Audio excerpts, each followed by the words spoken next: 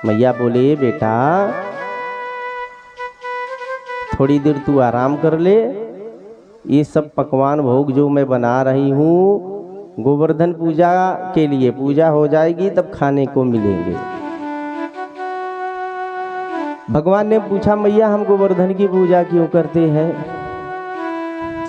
मैया बोली मुझे काम करना है, तू जल्दी यहाँ से भाग जा, अपने बाबा से पूछ ले। है दौड़े दौड़े माधव पहुंचे बाबा के पास। बाबा मैया इतनी बढ़िया बढ़िया स्वादिष्ट भोजन बना रही है लेकिन चिखने को भी नहीं दे रही है, कह रही है गोवर्धन पूजा हो जाएगा तब खाए को मिलेगा। अच्छा बता बाबा ये गोवर्धन देवता कौन है, इनकी पूजा क्यों करते हैं? बाबा बोले देख बेटा, इंद्र देवता पानी बरसाया करे तो हरी हरी घास होवे, और हरी हरी घास होवे तो गैया खूब चरे, और गैया खूब चरे तो खूब दूध दे तो खूब माखन मिश्री होवे, इसलिए गोवर्धन की पूजा करते हैं लोग। भगवान बोले बाबा यदि गोवर्धन की पूजा नहीं करें तो क्या इंद्र पानी नहीं बरसाएगा? तो चलो आधे लोग पूजा कर लो, आधे लोग मत करो। देखो क्या इंद्र आधों के खेतन में पानी बरसाएंगे, हमारे खेतन में नहीं? हमने भी संतों के संग किए हैं, संत ने कहे हैं कि कर्मणा जायते जंतु कर्मणेव मिलीयते, सुखम दुखम भयम क्षेमम कर्मणेवा विपद्यते। जो प्राणी जैसा कर्म करे कर्म के तदनुसार भगवान उसको फल देवे। अब तुम भंडारी जी को कुछ सामान दो मत, अब उसको बोलो कि बढ़िया बढ़िया मालपुआ बना के बढ़िया बढ़िया व्यंजन बना के दो, तो कहाँ से देगा बना के? पहले इसको सामान देना पड़ेगा फिर तो बना के देगा। इसलिए मनुष्य जो जैसा कर्म करता है तदनुसार ईश्वर उसको फल देता है। इसमें गोवर्धन कहाँ से चले आए और इंद्र कहाँ से चले आए? तो कहें तुम्हारे बेटा तुम्हारे कहने का मतलब का? कहें एक बार मेरा कहा मानो, हम इंद्र की पूजा नहीं करेंगे, गोवर्धन की पूजा करेंगे। अच्छा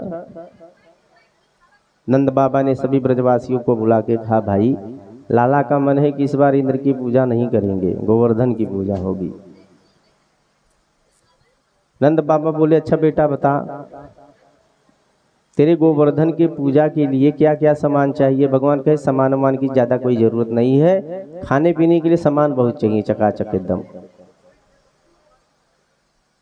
फिर क्या था, पूरे ब्रजवासी पूड़ी कचौड़ी पकौड़ी मंगोली रसगुल्ला रसमलाई लड्डू जलेबी कलाकंद बर्फी मिर्ती ढेर सारी मिठाइयाँ पकवानों को भर भर के लोग चल पड़े। ब्रजवासी गोवर्धन की तलहटी में जा पहुँचे।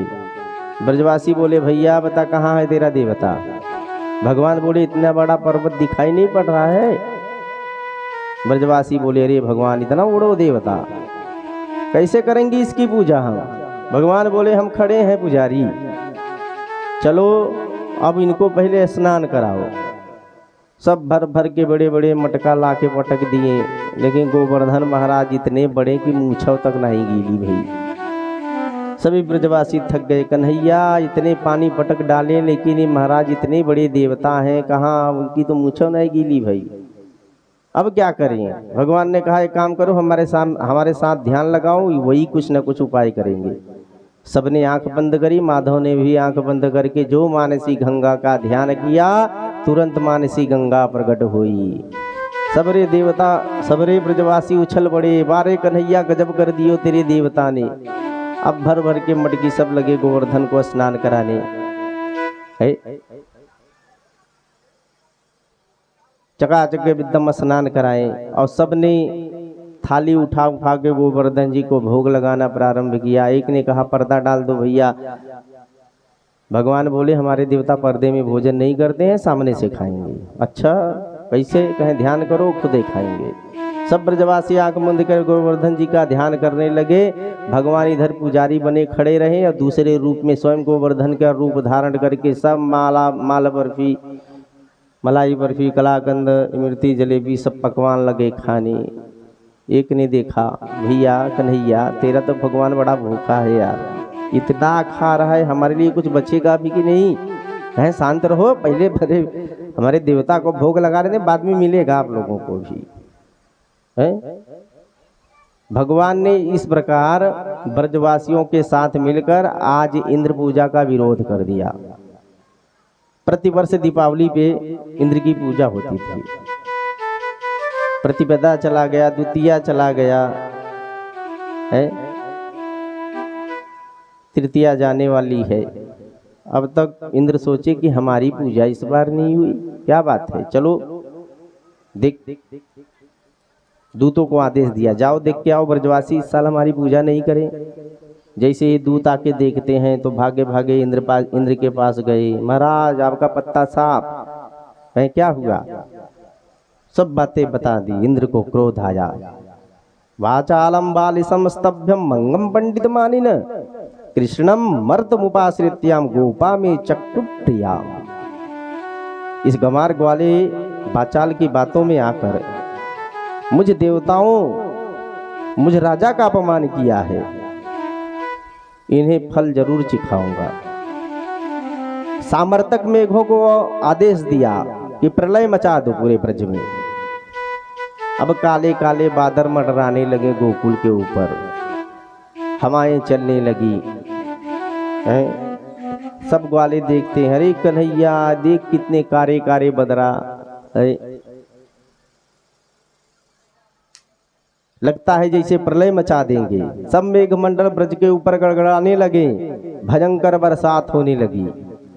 अतिवृष्टि से सब ब्रजवासी पीड़ित हो गए, गोविंद की शरण में आए। गोपाः गोपा में रक्षः निरूप्य मथुरांगतः गोप गोपा च सीतार्तम गोविंदम शरणम ययु। सभी गोप गाले शीत से पीड़ित होकर माधव की शरण में आ गए, हमारी रक्षा करो। चतुर्मर्हसि देवानम कुपिताद भक्तवत्सलः, हे भक्तवत्सल, हे गोकुल के नाथ, अब इंद्र के कोप से हमारी रक्षा करो। देवताओं का राजा इंद्र कुपित हो गया है। शरण में आए ब्रजवासियों को देखकर विचार किया कि मेरी प्रतिज्ञा है, भगवान की तो प्रतिज्ञा है, जो उनकी शरण में आ जाए सभी भयों से उसे मुक्ति प्राप्त हो जाती है। भगवान कहना चाहते हैं कि मैं उसे अभय प्रदान कर देता हूँ। ये ब्रजवासी मेरे हैं, इन्हें मेरी शरण में आए हुए हैं, मुझे ही अपना नाथ मानते हैं, मैं ही एक मात्र इनका जीवन धन हूँ, इसलिए अब इनकी रक्षा में मुझे देर नहीं करनी चाहिए। तस्मात्मच्छरणं गोष्ठम मन्नाधम तत्परिग्रहात्, मुझे अपने व्रत का पालन करने के लिए इन ब्रजवासियों की रक्षा करनी होगी। भगवान बोले ब्रजवासियों बिल्कुल मत घबराओ, जात देवता की हमने पूजा करी है, वही देवता हमारी रक्षा करेंगे। चलो सब साथ में मिलके, सारे ब्रजवासियों को साथ लेके भगवान जो है गोवर्धन की तलहटी में पहुंच गए। सभी ब्रजवासी बोले बोल लाला क्या करें, भगवान बोले नाम संकीर्तन करो, वही कुछ बताएंगे। सब देवता प्रसन्न हो गए। प्रसन्न करने के लिए सबने ध्यान करना प्रारंभ किया। भगवान बोले ब्रजवासियों, मेरे देवता ने मेरे कान में आके एक बात कही है, क्या कहें इसी पर्वत को छाता बना के ओढ़ लो है? सारे ब्रजवासी हक्के भक्के रह गए, भैया इतना बड़ा गोवर्धन कौन उठा के लेगा, छाता बना ले, भांग तो नहीं पिया है तू? ब्रजवासी बोले इस 7 कोस के लंबे चौड़े देवता छाता कैसे बनेंगे? भगवान बोले जब मेरे देवता मैंने मेरे कान में कही है तो जरूर होगा ऐसा। इक्तुक्त हस्तेन कृत्वा गोवर्धनाचलम, जैसे बरसात में छोटे छोटे कुकुर मुत्तों को उखाड़ कर बच्चे खेलते हैं छाता बनाकर, ऐसे ही कन्हैया ने 7 कोस के गोवर्धन को 7 वर्ष की अवस्था में 7 दिन तक धारण किए रखा। गिरी को धारण करने से आज प्रभु का नाम गोवर्धन गिरिधारी बड़ा। बोल गिरधारी भगवान की जय। सारे ब्रजवासी अपनी अपनी कंधा लगा के डंडा लगा के खड़े हो गए और सबको यही प्रतीत हो रहा है कि हम सबने मिलके उठाया है। सारे ब्रजवासी बोले लाला अब तक तो हमें खबर नहीं थी कि आजकल हम इतने पहलवान हो गए हैं। मुँह को तनिको आशा नहीं थी कि इतना बड़ा गोवर्धन उड़ जाएगा। गजब हो गया भैया, 7 कोस के पहाड़ को इतने आराम से उठला लिए हम लोग। कन्हैया बोले हम तो पहले कहते थे कि माखन बेचबो बंद करो, गौ सेवा करें, आनंद से गोरस का आनंद ले, तब शक्ति आएगी। तो देखो ब्रजवासियों कितना गोरस खवाई दियो, आज तक हमने आपको कितनी शक्ति तुम्हारे में आ गई है? सने सने 7 दिन तक पूरा होने को आ गए। सारे ब्रजवासी बोले लाला एक बात बता, हमारो तो आ कंधा थक जाए तो दूसरा कंधा लगा लेंगे, है? ये डंडा थक जाए तो दूसरा डंडा लगा ले। और हम लोग देख रहे हैं कि 7 दिन से तू कानी अंगुरिया लगा के खड़ा है, हैं? अरे थक गया होगा, थोड़ी देर आराम कर ले, हम लोग संभाल लेंगे। अच्छा संभाल लोगे? भगवान ने थोड़ी सी अंगुरिया टेढ़ी करी, सबके डंडा चटा चट करके उड़ गए। अरे कन्हैया बचाओ भैया, भगवान ने ज्यों का त्यों फिर वैसे कर दिया। अब सब लोग आपस में काना फूसी करने लगे, रे राम इसके काने अंगुरिया पे गोवर्धन टिका है, चलो इसकी परीक्षा ले। बारी बारी से सब लोग हटाओ, बारी बारी से सब लोग कंधे डंडे सब हटा लिए, लेकिन भगवान के काने अंगुरिया पे गोवर्धन टिका रहा। यह सब देख के सब काना फूसी करने लगे। भैया हम तो सच्ची कहें ये नंद का लाला नहीं है तो कोई भगवान है? नेक से अंगुरिया पे इसने गोवर्धन धारण कर रखी है। हमें तो शंका हो रही है नंद बाबा ये तेरा छोरा है? कहे हाँ भैया हमारा छोरा नहीं है तो किसका है? नंद बाबा घबरा गए, ये मेरे लाला को जबरदस्ती भगवान बनाए रहे हो, है? एक रहस्य मैं आपको बताऊं। एक दिन गोवर्धन गर्गाचार्य मेरे घर पे आए थे। मैंने प्रार्थना करी कि मेरे छोरे का नाम रख दो तो बड़ी कृपा होगी। गर्गाचार्य ने मेरे लाला के बारे में बड़ी विचित्र विचित्र बातें करी थी। हर युग में इसका जन्म होया करे, इसके अंदर भगवान के जैसे गुण होए, बड़े बड़े संकट तेरे लाला का कुछ ना बिगाड़ पावे। सो मेरे लाला के ऊपर नारायण की कृपा है, ये भगवान ना है। भगवान की कृपा आपके ऊपर है। यूँ कहकर ब्रजवासियों ने नंद बाबा ने ब्रजवासियों को समझा दिया। सब ब्रजवासी के मन में तो बात बैठ गई कि नंद का छोरा कौनो साधारण न है। इंद्र ने आके देखा तो ब्रज का हाल क्या है। 7 दिन तक मूसलाधार बारिश करते करते मेघ थक गए, एक बूंद पानी नहीं बचा। गिरधारी बने, गोवर्धन लिए भगवान खड़े रहे। मेघों ने आके कहा इंद्र से भगवान क्या करें, 7 दिन से पानी बरसा रहे हैं, आज तक कुछ समझे में नहीं आया। सब कुछ आके इंद्र को बताया। इंद्र जब दौड़े दौड़े आए, देखा तो सचमुच भगवान जो है कानी उंगलियों पे जो है गिरिराज गोवर्धन को धारण किए हुए हैं। तुरंत आकर इंद्र ने प्रभु के चरणों में गिरकर माफी मांगी कि हे प्रभु मैं आपकी भगवत्ता को भूल गया है, मैं आपको पहचान नहीं पाया। हे प्रभु आप जिसका अभिमान तोड़ना चाहते हो तो पहले उसके अहंकार को तोड़ते हो। मुझे अहंकार हो गया था पद का, इसलिए मैं आपको समझ नहीं पाया। भगवान प्रसन्न हुए, जाओ देवराज तुम्हारा कल्याण हो।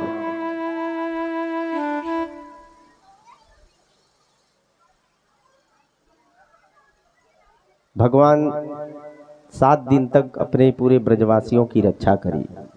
सुरभि माता ने भी दुग्धाभिषेक करके भगवान का सुंदर स्तुति गाई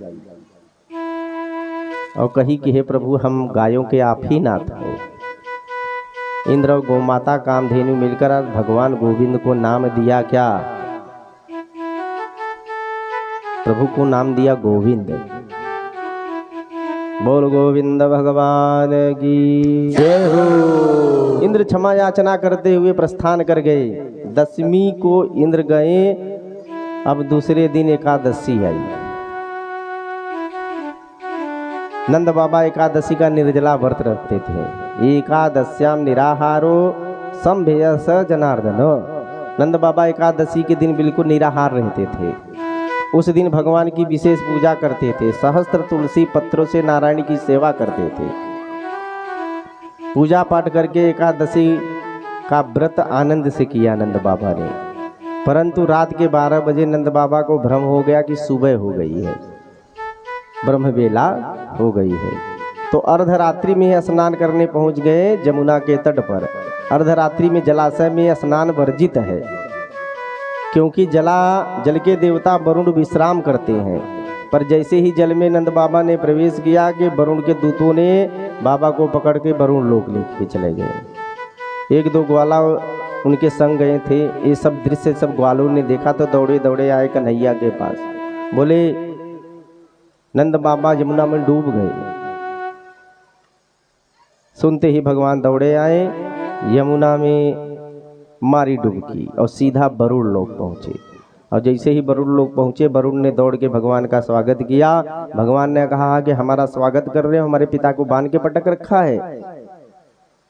तुरंत वरुण देवता ने क्षमा याचना करी उनके पैरों में गिर के और नंद बाबा को मुक्त किया।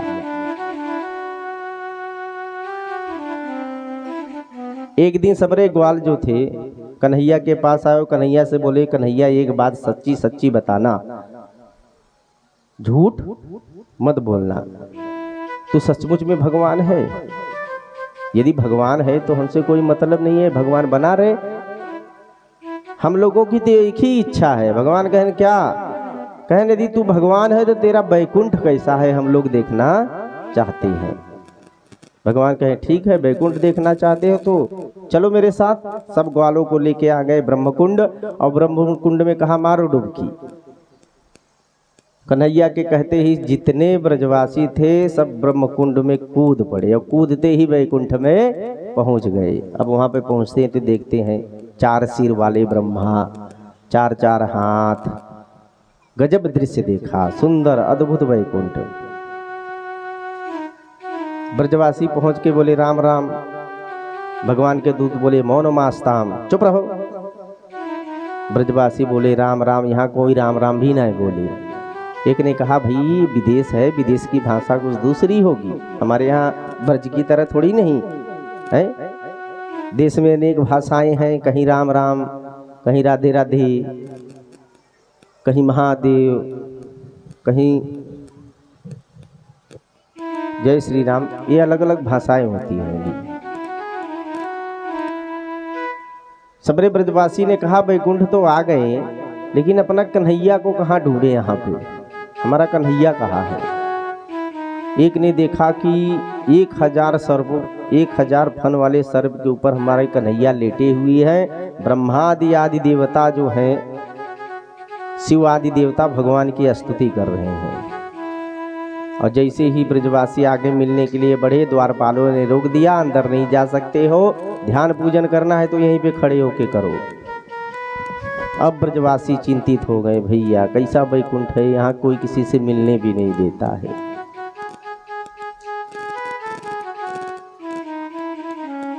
पास में देखे चतुरानन ब्रह्मा खड़े हैं, पंचानन त्रिपुरारी खड़े हैं, अनेकानेक देवता विशेष छंदों से वैदिक मंत्रों से भगवान की स्तुति कर रहे हैं। ब्रजवासियों ने कहा अब तक तो 4 हाथ वाले ही देखे, यह 5 वाले सिर भी हैं भैया सबके। यह देख देख कर सब आश्चर्यचकित हो रहे हैं।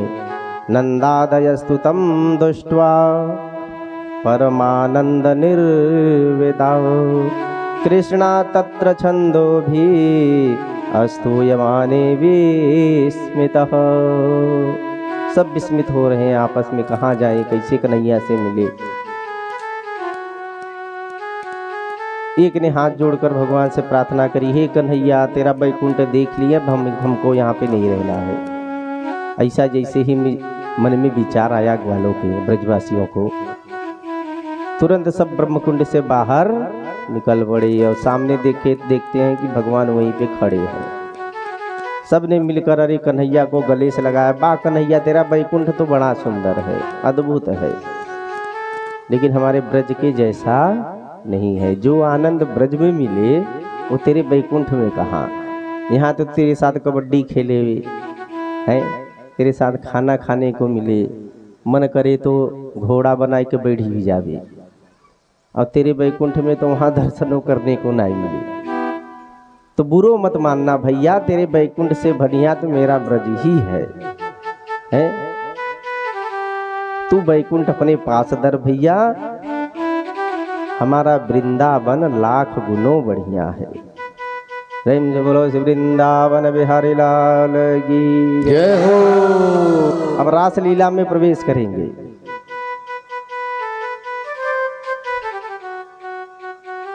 चलिए हरि नाम संकीर्तन का थोड़ा सा आश्रय ले, मनबाड़ी को शुद्ध करते हुए फिर रास लीला में प्रवेश करेंगे।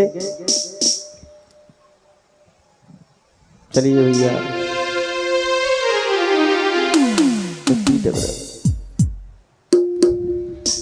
भाई मिलकर के एक प्यारा सा भजन गाएंगे। वृंदावन जाऊंगी सखी, वृंदावन जाऊंगी,